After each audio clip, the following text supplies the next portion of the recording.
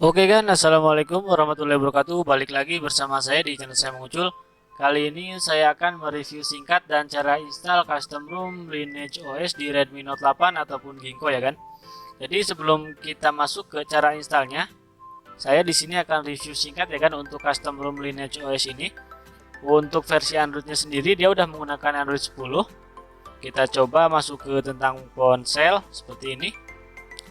Di sini untuk nama perangkatnya masih Redmi Note 8. Lalu kita masuk ke versi Android. Di sini untuk versi Androidnya udah Android 10. Seperti ini. Terus untuk versi Lineage OS-nya di 17.1 2021 ya kan. Naik li Ginkgo yang paling atas ini. Terus untuk tingkat patch keamanan Androidnya di 5 Maret 2021. Untuk kernel bawaannya sendiri dia masih bawaan ya kan, di sini belum saya ganti. Kernel bawaannya itu perf seperti ini. Kalau nggak salah perf itu bawaan kernel MIUI ya kan. Saya kurang tahu juga. Atau buat kalian yang tahu silahkan ditulis di kolom komentar. Oke, kita bahas dulu tentang tampilan. Untuk tampilannya kurang lebih sama aja ya kan, kayak custom ROM yang base AOSP lainnya. Gak perlu saya jelasin lagi seperti ini untuk tampilan menunya. Terus di quick setting seperti ini. Di sini nggak ada customisasi ya kan, nggak ada FPS info, cuman seperti ini.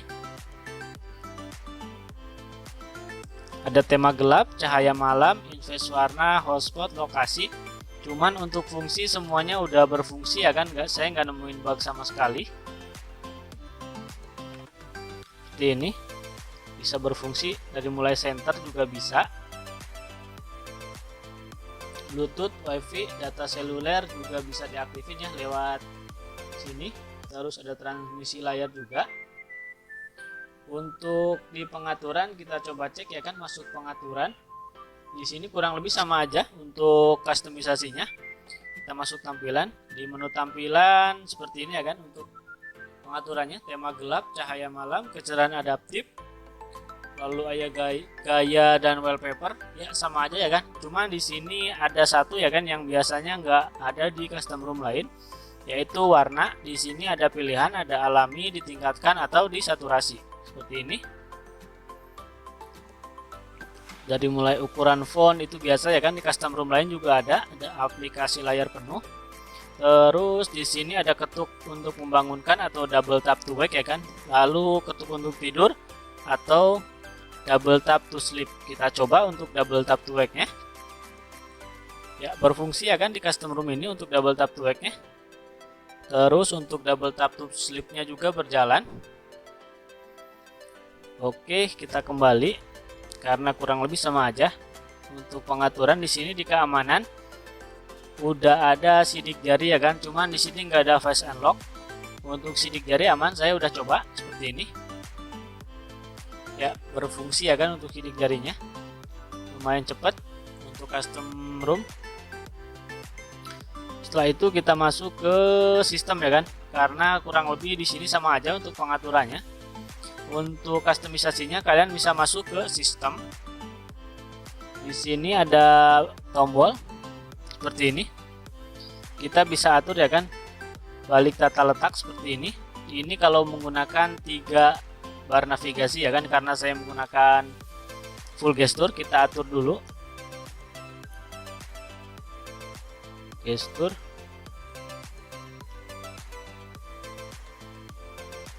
seperti ini, lalu kita masuk ke tombol seperti ini. Jadi kalau kita aktifkan balik tata letak seperti ini, kalau nonaktif untuk default seperti ini ya kan. Terus kalau kita aktifkan nanti dia akan seperti ini. Terus ada tampilkan tombol panah saat mengetik, lalu ada tindakan menekan home, power, bangunkan perangkat dan lain-lain. Terus di sini ada profil sistem. Di sini kita bisa pilih 3 profil ya kan, ada mobil, senyap dan standar. Lalu ada status bar. Untuk status bar kita bisa atur icon sistem. Jadi di sini kita bisa atur icon mana aja yang nggak mau ditampilkan di status bar ya kan. Misalkan WiFi kita nonaktifkan seperti ini, nanti otomatis icon WiFi-nya akan hilang. Terus di sini ada gaya indikator baterai, lingkaran ataupun teks, dan juga icon potret ya untuk defaultnya. Terus persentase baterai tersembunyi di dalam ataupun di samping icon. Lalu ada slider kecerahan. Terus di sini juga kita bisa atur jam ya kan, posisinya mau di kiri ataupun di kanan. Terus kita bisa juga tampilkan detik seperti ini. Kita hapus dulu pemberitahuannya. Ya, nanti dia akan muncul detik di atas seperti ini ya kan kalau kita aktifkan detik. Pokoknya tinggal di explore aja ya kan, di setting-setting sesuka hati kalian di sini untuk kustomisasinya. Cuman kalau untuk kustomisasi custom room ini kurang lengkap ya kan, untuk kustomisasi nggak sebanyak kayak custom room lainnya, misalkan kayak Resolution Remix ataupun Havoc. Setelah itu di sini juga ada gestur. Untuk di gestur kita bisa atur navigasi ya. Di sini ada 3 pilihan, ada navigasi 2 tombol seperti ini. Untuk navigasi 2 tombol itu kayak Android 9 ya kan, bawaannya seperti ini, Android 5. Terus ada navigation gesture. Saya lebih suka menggunakan navigation gesture ya kan, karena lebih simpel aja pakainya. Geser dari kiri ataupun kanan buat kembali seperti ini. Lalu tarik dari atas buat ke home seperti ini. Terus kalau buat ke Recent App kalian bisa tarik dan tahan ya kan seperti ini. Otomatis nanti kebuka Recent App. Ya mungkin untuk dari segi tampilan segitu aja ya kan, karena selebihnya sama aja untuk tampilannya. Apalagi kustomisasinya di custom room ini menurut saya kurang banyak ya kan daripada custom room lain. Untuk bawaan kameranya, dia menggunakan kamera ini ya kan, seperti ini untuk kamera bawaannya. Cuman di sini saya nemuin bug ya kan, kalau kita aktifkan kalau foto seperti ini.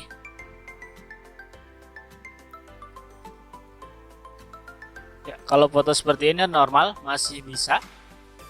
Terus bugnya itu kalau kita aktifkan di sini ada banyak mode ya kan, ada HDR, lukisan, terus olahraga, malam ataupun pro. Kalau kita aktifkan malam, kita coba seperti ini, maka nanti kameranya akan seperti ini ya kan, seperti hitam. Ya hasilnya seperti ini. Ya mungkin ini bug ya kan. Oke, mungkin buat kalian yang tahu fix-nya boleh ditulis di kolom komentar. Cuman untuk kalau kalian nggak aktifkan mode-mode yang di sini, kameranya berfungsi ya kan.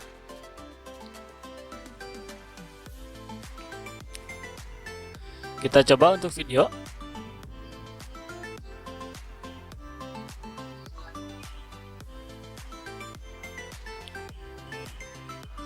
Ya, untuk video aman ya kan? Di sini nggak ngebug.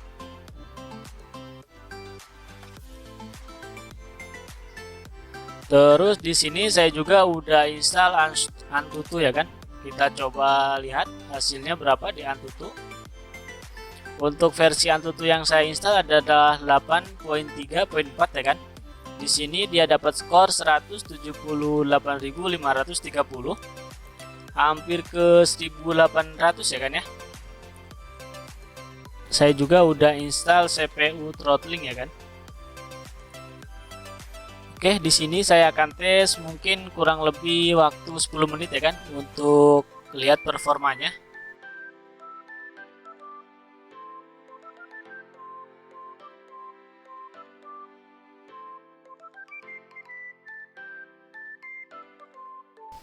Atau mungkin buat kalian yang masih kurang dengan hasil Antutu 178.000 itu, saya sarankan buat ganti kernel ya kan. Karena Redmi Note 8 ataupun Ginkgo ini salah satu device yang banyak oprek ya kan. Maksudnya kalau kita mau ganti kernel udah banyak banget di grup Telegram. Jadi tinggal dicari aja kalian mau kernel yang performa ataupun yang hemat baterai.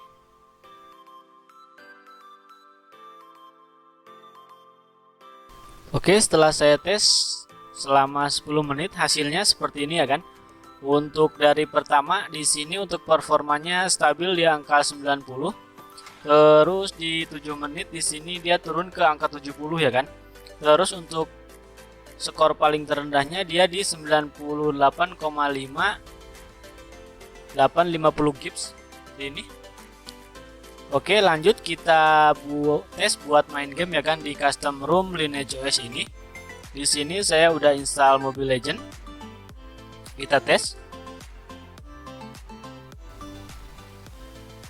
Untuk di Mobile Legends kita untuk grafisnya dia mentok di high. Kita coba untuk rata kanan semua ya kan. Di sini dia mentok di high ya kan, belum ultra. Buat kalian yang mau Mobile Legends-nya bisa ultra, untuk videonya udah saya buatkan ya kan. Buat kalian yang HP-nya root ataupun non root udah saya buatkan videonya, tinggal dicek aja di deskripsi video. Oke, kita lanjut tes ya kan untuk gameplaynya. Di sini untuk buat main game Mobile Legends masih enak-enak aja ya kan, nggak nemuin lag ataupun patah-patah. Kalaupun patah-patah mungkin sinyalnya ya kan. Pokoknya masih enak banget kalau untuk buat main game seperti Mobile Legends ini.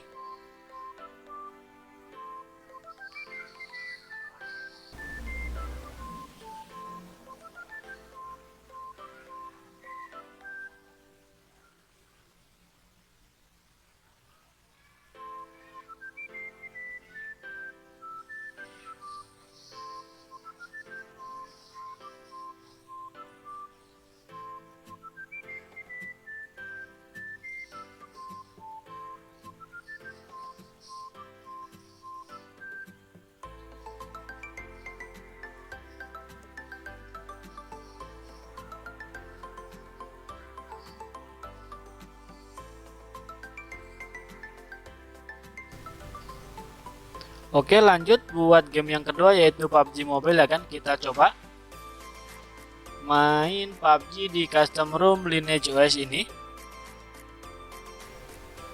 Untuk di PUBG Mobile untuk grafisnya kita dapat di smooth high, lalu kalau di balance kita di medium ya kan. Untuk smooth kita bisa high seperti ini.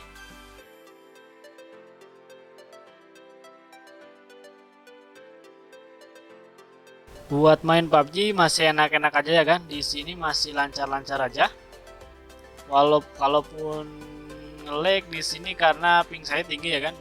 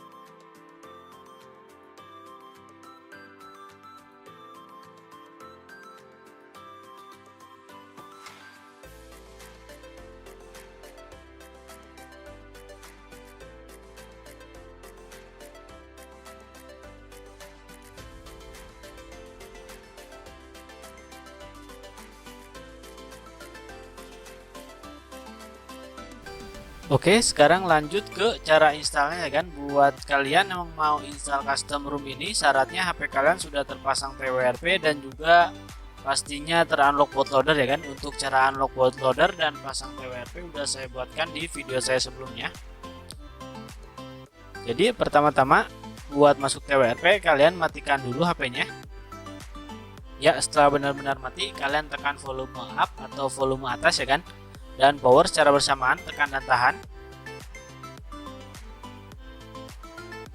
seperti ini. Setelah keluar logo Redmi atau getar nanti dilepas ya kan.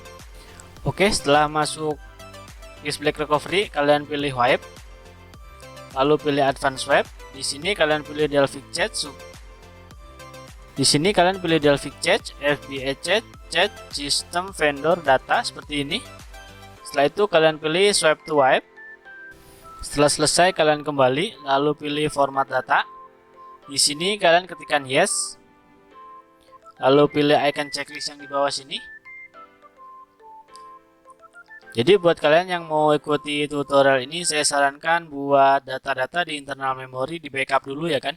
Karena kita akan format data atau menghapus semua yang ada di internal memori.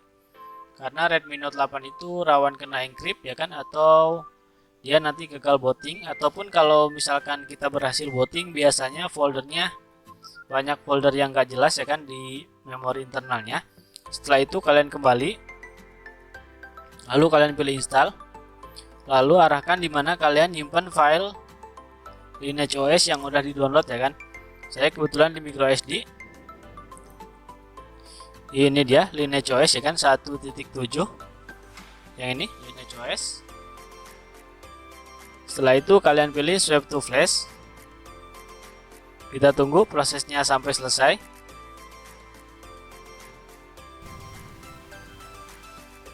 Setelah selesai kalian jangan pilih reboot ya kan, kalian kembali dulu. Lalu kalian pilih GApps ya kan. Karena custom ROM ini nggak include GApps, jadi kalian harus flash secara manual. Di sini untuk filenya udah saya siapkan di deskripsi video, tinggal di download aja. Di sini yang open GApps ARM64 Android 10 Nano ya kan. Lalu pilih ini, terus pilih Swipe to Flash seperti ini. Kita tunggu.